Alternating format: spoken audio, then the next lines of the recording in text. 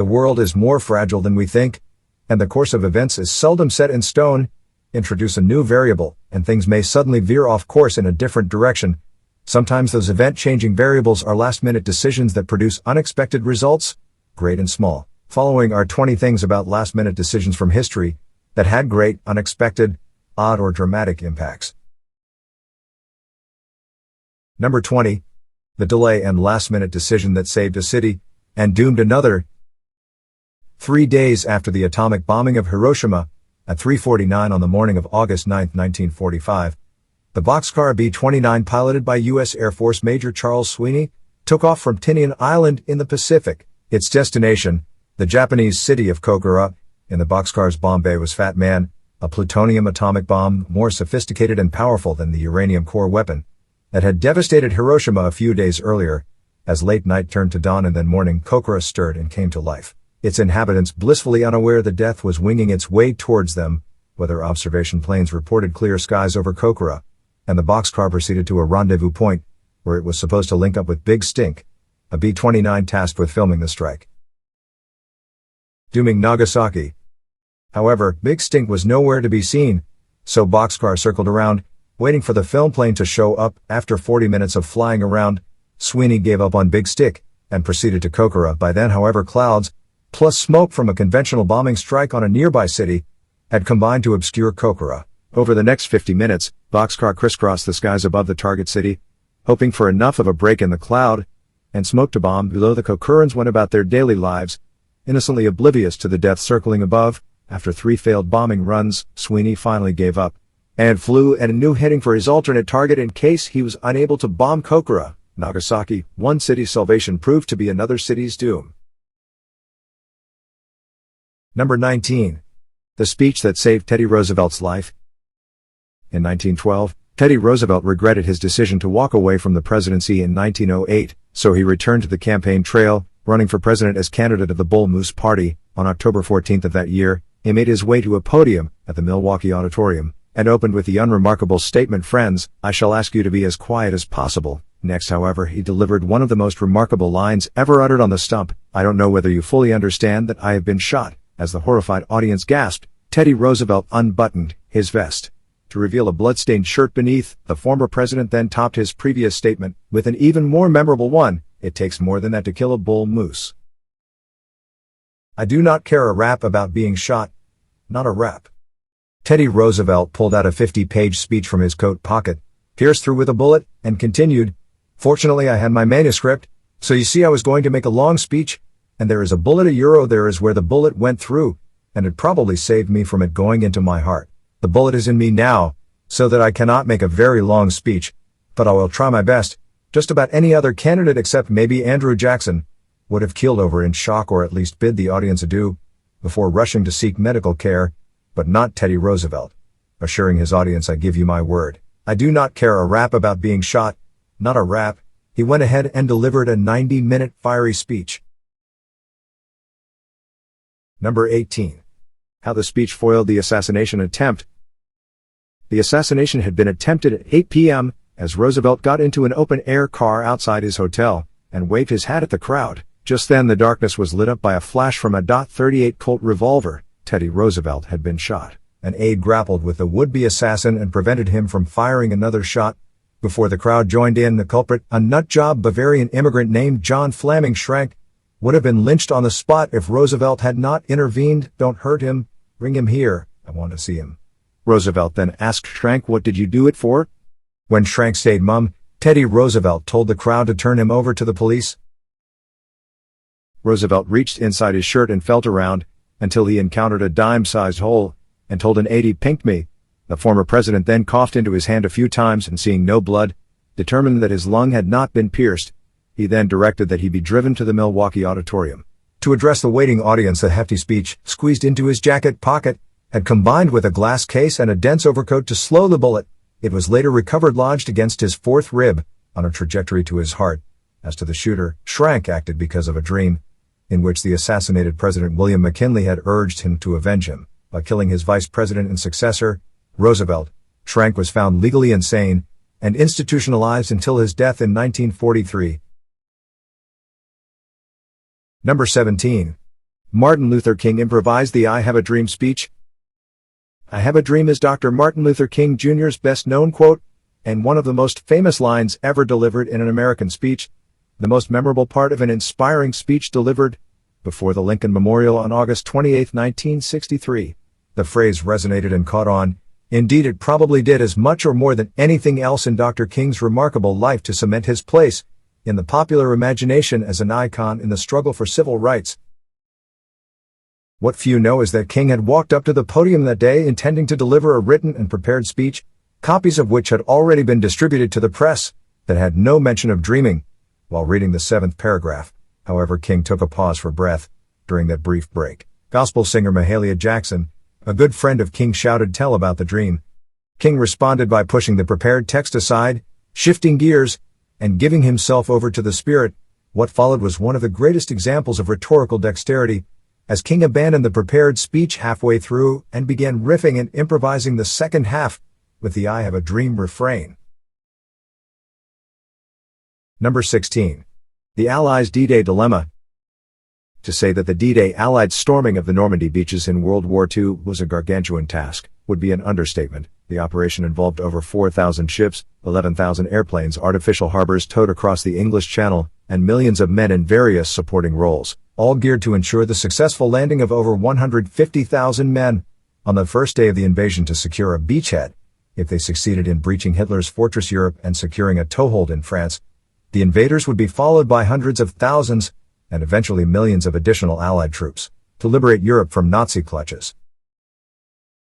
However, despite all the time, effort, and years of painstaking preparations that went into getting everything ready for the big day, the invasion was an inherently risky business, with no guarantee of success, any of a number of variables, from tougher resistance than expected, mere mischance on the field, to weather and many more, could doom the entire enterprise to failure. Nobody was more aware of those risks than General Dwight D. Eisenhower, commander of Supreme Headquarters Allied Expeditionary Force. Number 15. D-Day's tricky weather.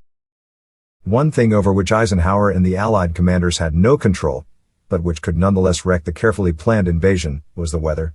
For D-Day to stand a chance of success, there had to be a combination of conditions involving tides and moon at a specific time of the day. A full moon would help the parachute landings behind the beaches the night before the operation. On the beaches themselves, the first landing crafts should discharge their troops halfway between high and low tides, with the tide coming in. However, even with those conditions met, the weather still had to cooperate. Eisenhower scheduled the invasion for June 5, within a narrow window of the right moon and tide conditions, but then the weather failed to cooperate, delaying the mission. On June 4, 1944, one day before the scheduled invasion, a weather front moved in that brought low clouds that would prevent airplanes from finding their targets, and rough seas and high winds that would prevent the launching of landing craft. Landing on the 5th was off, but by then troops had already embarked on ships, and vessels from the farthest staging areas were already sailing in convoys towards Normandy. By halting those ships in place, while hoping the Germans didn't spot them, the invasion could be pushed back a day to June 6 if the weather improved on the 6th. Otherwise, the invasion would have to get pushed back weeks before the next window with the right tide, but not moon. Conditions occurred on June 18 to 20, or a full month for the next window with both the right tide and moon conditions. Number 14. Eisenhower's D-Day gamble. Not invading on June 6 would have required turning thousands of ships back and disembarking the troops already aboard. That would have increased the odds of the Germans finding out about the aborted attempt. The safer bet would have been to cancel and reset for the following month. However, on the evening of June 4, Royal Air Force meteorologist James Stagg met Eisenhower and shared his prediction that there would be a break in the bad weather on the 6th that would allow the invasion to proceed. The weight of command rested heavily on Eisenhower's shoulders as he pondered the decision: invade on the 6th or cancel and wait for the next window in a few weeks. After consulting with his subordinates, Eisenhower decided to trust in the meteorologist's judgment and ordered the invasion to proceed for June 6. As it turned out, Eisenhower's weather gamble was correct in more ways than one, as the invasion would have faced a weather disaster if it had been pushed back to the next available date. June 18 to 20th, a major storm struck the Normandy coast from June 19 to 22, which would have made landings impossible, or cut off those troops that managed to land from reinforcements and resupply. However, the Allies were still not out of the woods. Even with perfect weather, the enterprise could still end in failure. Number 13. Eisenhower's alternate D-Day press release, in case of failure, as any commander should when sending his troops into harm's way, Eisenhower sounded confident on the eve of the invasion, telling his men, "You are about to embark upon a great crusade, toward which we have striven these many months. The eyes of the world are upon you. We will accept nothing less than victory. Good luck." He also stated this operation is planned as a victory, and that's the way it's going to be. We're going down there, and we're throwing everything we have into it, and we're going to make it a success. However, just a day before the invasion, he prepared a message. In case of catastrophe, our landings in the Cherbourg-Havre area have failed to gain a satisfactory foothold, and I have withdrawn the troops. My decision to attack at this time and place was based on the best information available. The troops, the air and the navy did all that bravery and devotion to duty could do. If any blame or fault attaches to the attempt, it is mine alone. As things turned out, the Allies suffered over 10,000 casualties on D-Day, including about 4,500 killed. However, those losses were significantly lower figures than what Eisenhower and his commanders had expected. By the end of June 6, 156,000 soldiers had been landed, and a beachhead had been secured. Number 12. The last-minute birthday surprise that helped the Allies on D-Day. Eisenhower's was not the only momentous last-minute decision. Surrounding the Normandy landings, the same tricky weather that had troubled Ike ended up handing the Allies an unexpected gift. By 1944, the German commander best known to the Western Allies, and the one most respected by them, was Erwin Rommel, the desert fox who had given them so much trouble in North Africa. Hitler put him in charge of defending northern France, and the Allies expected and feared that he would cause them significant trouble on D-Day. Fortunately for the good guys, Rommel was far away from Normandy on D-Day. The rough weather that had made the launch decision touch and go for Eisenhower left the desert fox convinced that there was no way the Allies would invade in such conditions. So on a whim, Rommel decided to take a quick break from command and head back to Germany to surprise his wife on her birthday. That was where he was on June 6, 1944, and one can imagine his surprise when his frantic subordinates got a hold of him over the phone to tell him what was happening in his absence. Between the chaos of the invasion and complete Allied aerial supremacy with their planes swatting everything German out of the skies and strafing anything that moved on the ground, Rommel did not get back to Normandy until June 7. By then the invasion had already succeeded in its key goal and the Allies had secured a beachhead, helped in no small part by the fortuitous absence of their enemy's formidable commander. Number 11. How a last-minute laundry run changed the history of rock and roll. February 2, 1959, was a school night, but 1,100 teenagers crammed into the Surf Ballroom in Clear Lake, Iowa, for a pair of sold-out shows. They screamed for budding stars like Buddy Holly, of That'll Be the Day and Peggy Sue fame, Richie Valens, La Bamba and Donna, and the Big Bopper, Chantilly Lace, who were making their way through the Midwest as part of the Midwinter Party Tour. The musicians had been traveling by bus for over a week, and it had already broken down between sets. Buddy Holly asked people to join him on a charter plane he had hired to fly him to Fargo, North Dakota, the closest airport to their next show in Moorhead, Minnesota.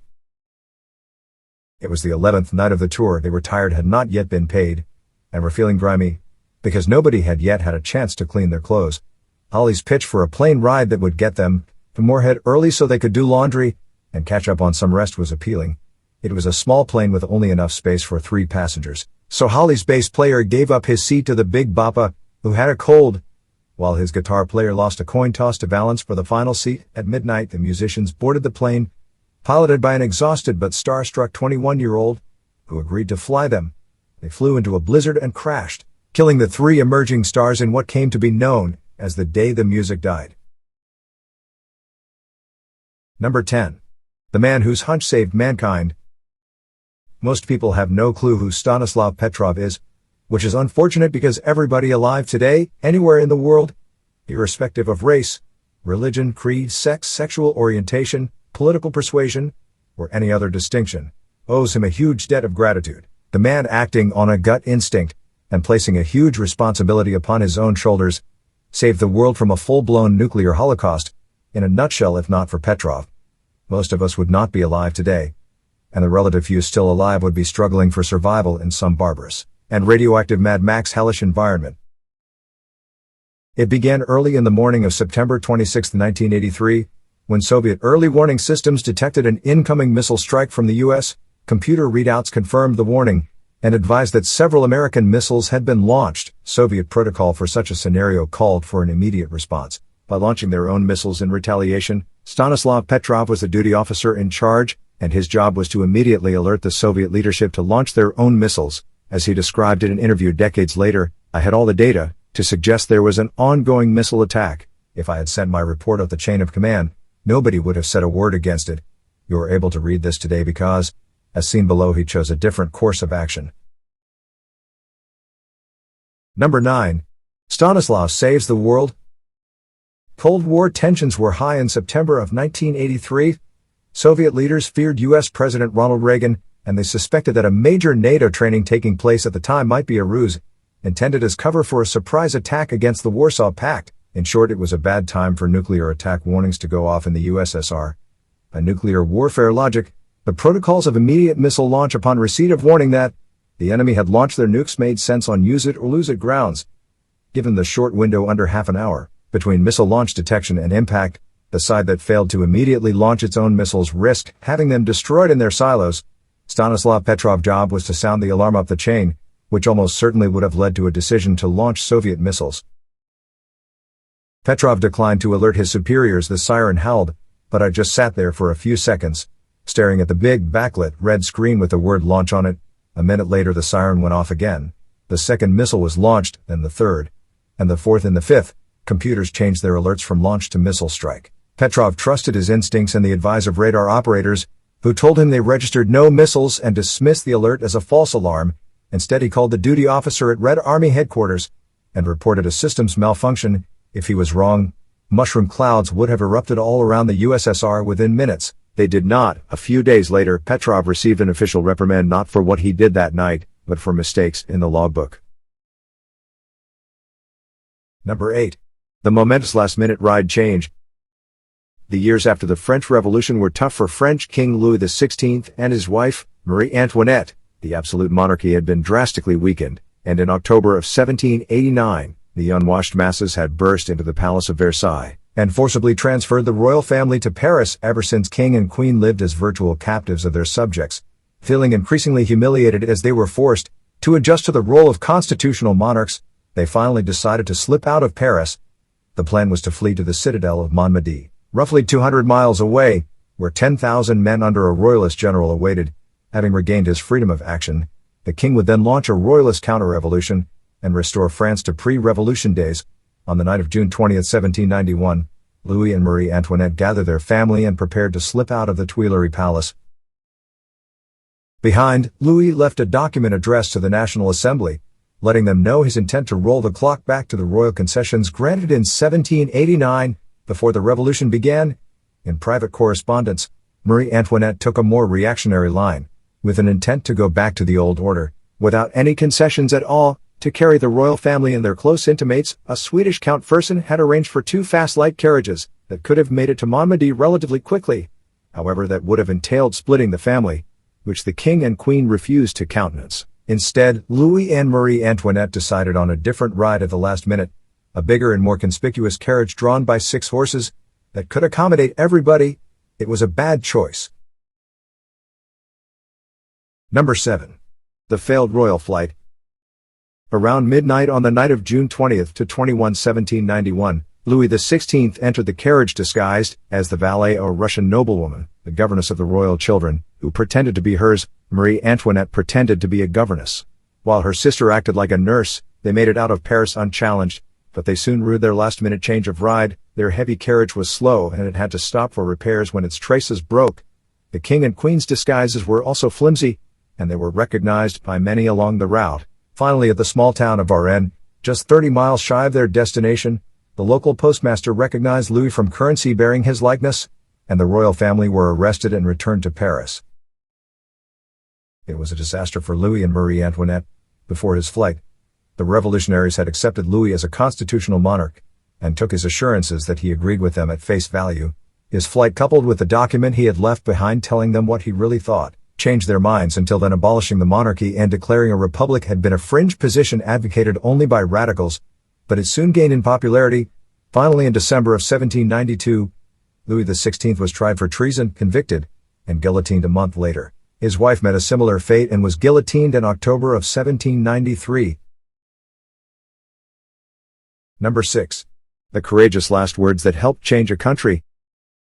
Henry VIII took England out of the Catholic Church when the Pope refused to grant him a divorce and established the Church of England, appointing himself its head. However, he kept many doctrines and practices of Catholicism. Hugh Latimer, circa 1487 to 1555, became a Catholic priest in 1515, but switched to Protestantism in 1524, and became a zealous advocate and defender of his new faith. He gained renown as a Protestant preacher, and was appointed a bishop by Henry VIII, but then resigned when the king refused to adopt Protestant reforms.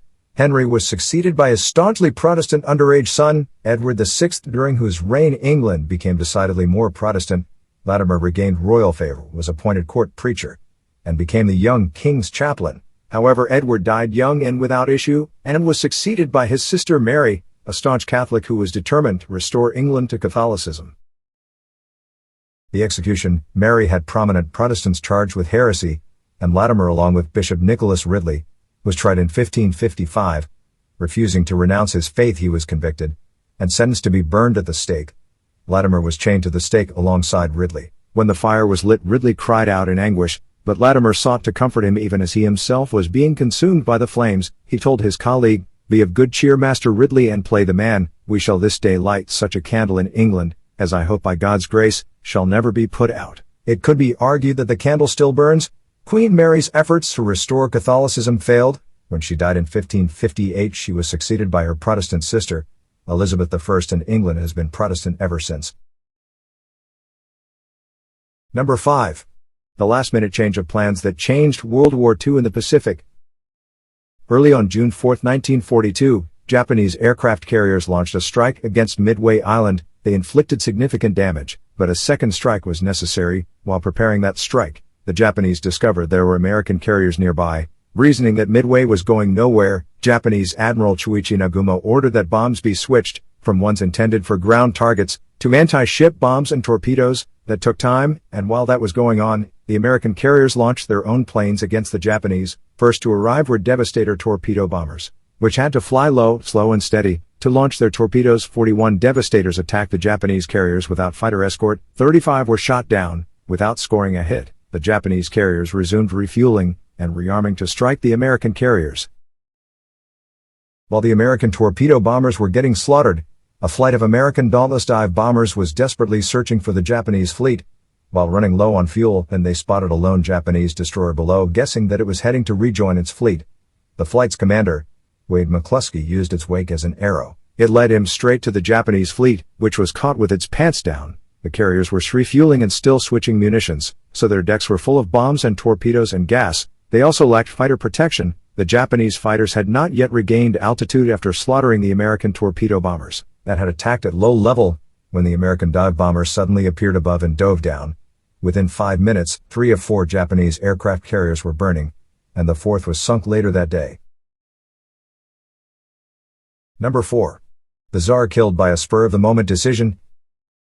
People's Will was an underground 19th-century Russian revolutionary organization dedicated to overthrowing Tsardom. It began in radical student study groups in the 1870s that tried to spread socialist ideas to peasants and industrial workers. However, the Tsar's secret police, the Okhrana, swiftly arrested and jailed the agitators. So the students reconsidered, figured that only revolutionary violence could overthrow Tsarism, and decided to adopt more aggressive tactics, specifically, propaganda of the deed or terrorism. The result was Land and Liberty, a radical organization that advocated political assassinations as self-defense and justified revenge against oppressive officials, but stopped short of viewing terror as a means of political struggle against the government. People's Will split off from Land and Liberty as a more radical splinter group that viewed terror as a proactive tool for overthrowing the regime, and not simply as a reactive means of retaliation. People's Will called for violence and declared an ambitious program of terrorism and assassination to break the government. They also issued a proclamation declaring a death sentence against Tsar Alexander II, whom they condemned as an enemy of the people. People's Will established clandestine cells in major cities and within the Russian military, and began publishing underground revolutionary newspapers and leaflets targeted at industrial workers. They tried real hard to get the Tsar, but suffered failure after failure, until the Tsar himself inadvertently helped them by acting on the spur of the moment. Number 3. Peoples will finally get their man. Peoples will try to kill Alexander II Tsar in December of 1879 with explosives on a railway but missed his train. They tried again 2 months later with a bomb in his palace, but he was not in the room when it exploded. The frightened Tsar declared a state of emergency and set up a commission to repress the terrorists. Within a week, Peoples will attempted to assassinate the commission's head, amid mounting repression, including the hanging of Peoples will activists caught distributing illegal leaflets. The group doggedly persisted in its efforts to get the Tsar. They finally succeeded on March 1, 1881, when a Peoples will assassin, waiting in ambush along a route frequently taken by Alexander II, threw a bomb under his carriage. The explosion killed a guard and wounded others, but the carriage was armored, the Tsar was unhurt and the bomb thrower was captured. Acting on the spur of the moment, the shaken Tsar stepped out of the carriage whose armor had just saved his life. As he inspected the damage and carnage, Alexander crossed in gratitude for his narrow escape. A second assassin hidden in the gathering crowd spotted him, shouting it is too early to thank God. He threw another bomb that exploded directly beneath the Tsar's feet. A third assassin in the crowd, ready with yet another bomb in case the first two failed, had no need to throw his explosives. Number 2. Kennedy's decision to go against the Pentagon and refuse to invade Cuba. The Pentagon strongly urged President Kennedy to invade Cuba during the 1962 Cuban Missile Crisis in order to remove Soviet nuclear missiles from the island. Indeed, the Joint Chiefs of Staff unanimously agreed that a full-scale invasion was the only solution. They presented JFK with 2 invasion alternatives, a Plan 316 for a full invasion, and a Plan 312 for aerial strikes to take out the missiles, followed by an invasion if necessary. The Hawks, led by Air Force General Curtis LeMay, preferred a Plan 316 because there was no guarantee that air strikes alone could take out all the missiles, or that one or more of the missiles would not be fired at the U.S. Military planners expected about 18,500 U.S. casualties in the first 10 days of the invasion, assuming no nuclear explosions. However, unbeknownst to planners, Soviet forces in Cuba had tactical nuclear weapons, and Soviet leader Nikita Khrushchev had pre-authorized the Soviet commander in Cuba to use them at his discretion if he thought it was necessary. As the crisis intensified, Khrushchev withdrew release authority for tactical nukes and forbade their use without his express permission. However, whether the modified orders would have been followed is debatable. In the meantime, as the clock ticked, Kennedy faced a dilemma: eat his generals and admirals, or go with his gut instincts and own judgment. Number 1. Things could have gone seriously sideways if Kennedy had ordered an invasion of Cuba. As the Cuban Missile Crisis intensified, Khrushchev modified the orders regarding the use of tactical nukes in Cuba and forbade their use without his direct authorization. However, in practice, those weapons were dispersed throughout the island to various Soviet units, under the control of officers as low down the chain of command as captains. Soviet forces had trained to use those weapons, and in the heat of battle, as they were subjected to overwhelming U.S. aerial strikes, naval bombardment, and ground attacks, there would have been intense pressure to use them. It is easy to envision a desperate local commander, perhaps cut off from communications with higher authority, resorting to tactical nukes to save his command, or at least ensure that its demise did not come cheap. If the Soviets used nukes in Cuba, the U.S. intended an overwhelming nuclear response. Things could have escalated thus to a full-blown nuclear exchange that would have devastated both countries and Europe, irradiated the Northern Hemisphere, devastated the planet, and set humanity back centuries. Fortunately, JFK finally firmed his decision to resist the pressure from his military men. Relying instead on diplomacy, back channels and blockade, he successfully defused the crisis and averted World War III.